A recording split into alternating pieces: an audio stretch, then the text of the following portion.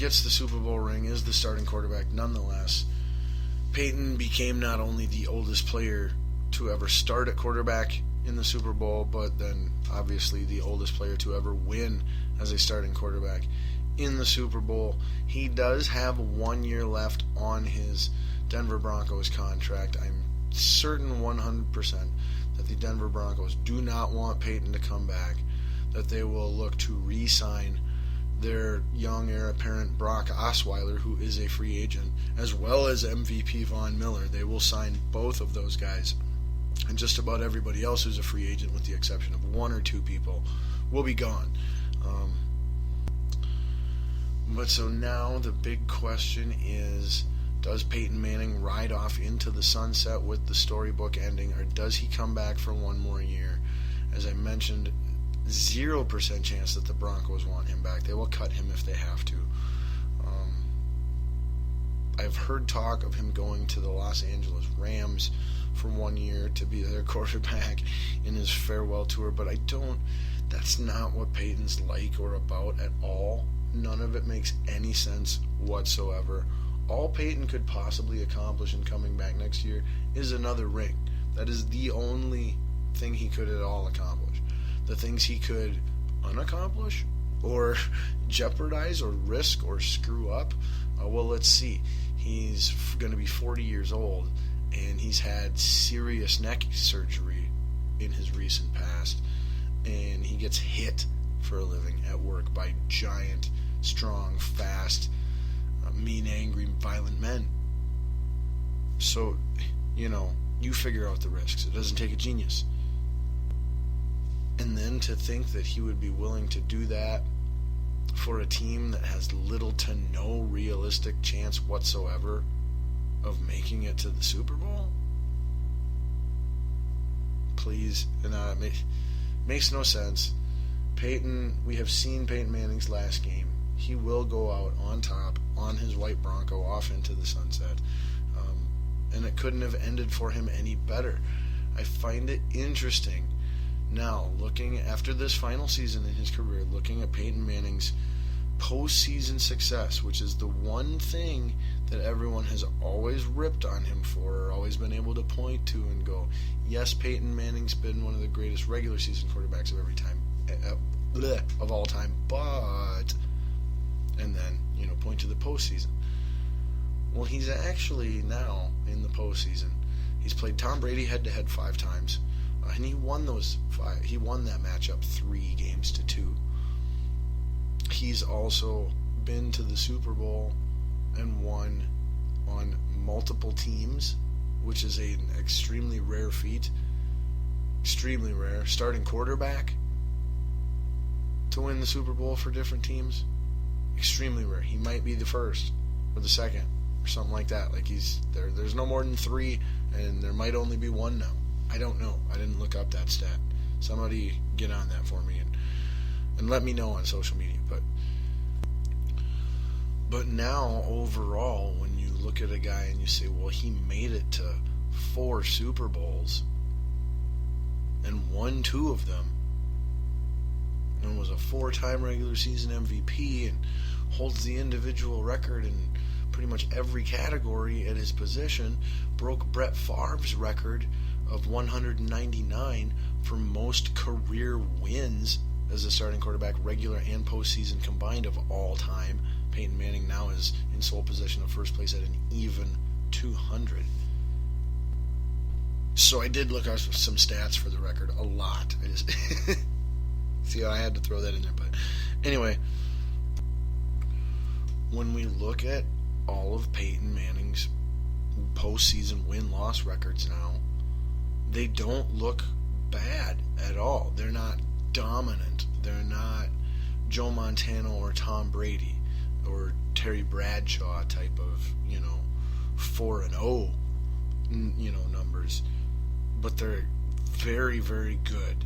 They're very impressive, and they're hard to argue against. I think the only number that he'll always have postseason-wise is the number of one-and-done postseason appearances that he had in his career. I want to say 9 times in his career, Peyton Manning, went out into the postseason. His team played their first game, and they lost that first game and were done. And many times they were at home and the favorite to win that game. Many times. So, but that team, those are mostly Indianapolis Colts teams. That team did go on to ultimately win the Super Bowl eventually. So when you learn from it and you get better, and it helps result in future success, it's hard to hold too much against it. When failure leads to future success, how can you go back then and negatively perceive the failure? You should look at the failure as just part of the success. So it shouldn't take away from anyone, at least in my opinion. So Peyton Manning, assuming he does the right, sensible thing and retires now, very interesting for everyone on where he finishes, where he lands in the greatest quarterbacks of all time rankings. One could make the argument that he's number one. I think anybody would be foolish to argue that he is not in the top 5, but maybe, it's very possible. You could argue that. To say that he's not a top 10 all-time quarterback, then I think you're absolutely crazy. Absolutely crazy. You've got at least 1 or 2 or 3 guys on that list that got no business being ahead of Peyton Manning. But that is a discussion for, a different time. Maybe a different episode, maybe not. I don't know. We'll see. But anyway, let's close out our Super Bowl talk. Let's see, we got a little bit of Cam Newton yet, post-game stuff. Let's get done with everything that happened during the actual game then, and we'll close out with the post-game stuff from Cam Newton. Alright, so our other takeaways from the event that was Super Bowl 50 itself, held in the San Francisco Bay Area, out in, California, obviously. But anyway, it started with the national anthem. Well, started with America the Beautiful or something like that, technically, before the national anthem. But we got to the national anthem, performed by Lady Gaga, and holy flying guacamole. It was one of the, if not the, but without question, inarguably, one of the best national anthem performances that has ever taken place at a Super Bowl, and quite possibly one of the best national anthem performances that has ever taken place at any, big sporting televised event. And that is, if you know me, that's saying a ton. And I'm not exaggerating. When Lady Gaga finished the national anthem, I literally, in my house, just with my 2 children and my wife, and that's it. That's the only people I was watching the Super Bowl with.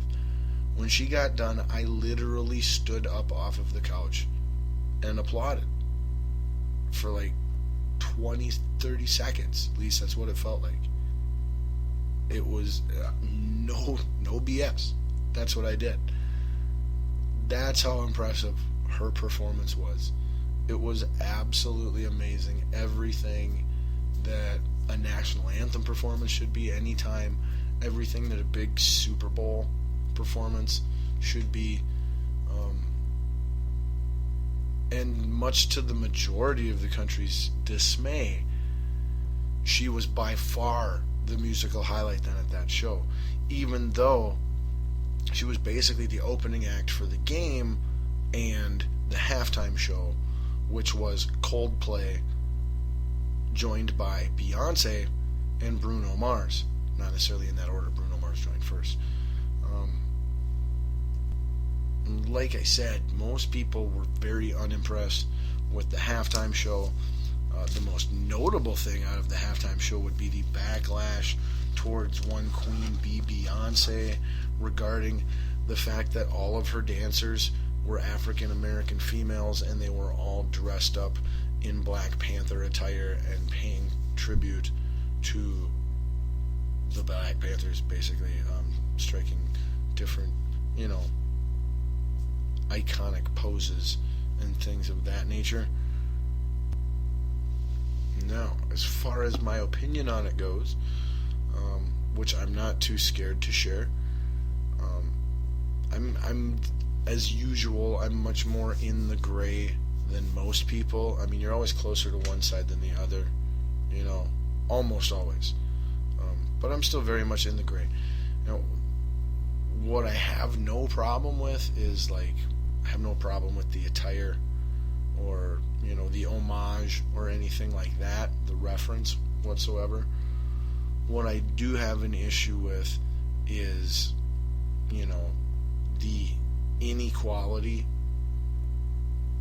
in the, selection process of then who gets that employment opportunity, and the hypocrisy that goes along with that. Then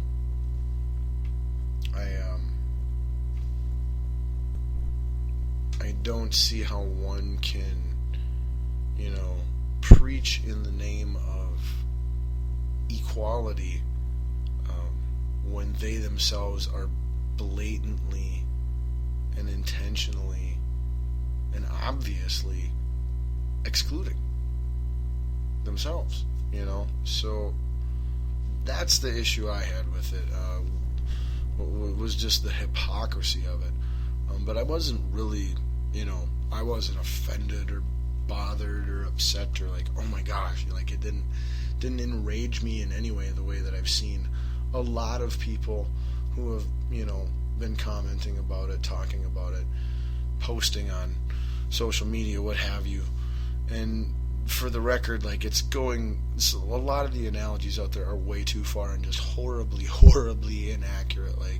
I've heard so much stuff of, well, if it was a white performer out there with a bunch of white people dressed up as Ku Klux Klan members as their background dancers, like that, how would people feel and stuff? And that's not even a remotely accurate parallel or comparison in any way whatsoever.